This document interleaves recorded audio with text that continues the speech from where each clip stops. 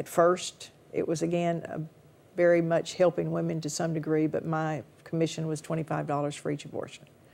And my goal became to become a millionaire, because simple math told me 40,000 abortions a year would make me a millionaire. And so I went about creating the market to sell 40,000 abortions a year.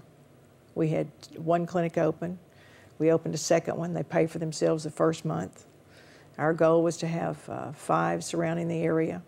So I was out in schools and in other places doing everything I could to create that market, because our goal was 3 to 5 abortions from every girl between the ages of 13 and 18. I'm sorry to tell you, I held the hand of one young woman while she had her 9th abortion. There's over a 40% repeat rate of abortions today in this nation and in this state. Abortion is a method of birth control. So you find that girl as early as possible. You convince them that her parents really don't know anything about what's good for her.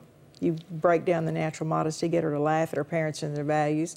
If she laughs with you about them, she will not go home and tell them. And then you give her low-dose birth control pills that you know she will not take accurately.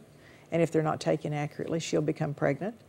Or you pass out defective or second condoms. Remember, the people that pass out those condoms don't buy the best quality. They buy seconds or defectives.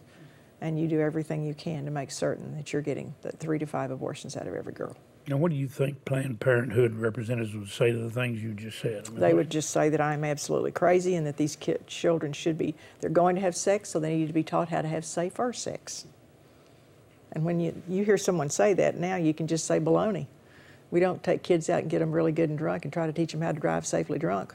We give them a moral absolute, don't drink and drive. Why would we give this child a low moral standard to live down to rather than the very highest and best God's plan, abstinence until marriage, which works every time?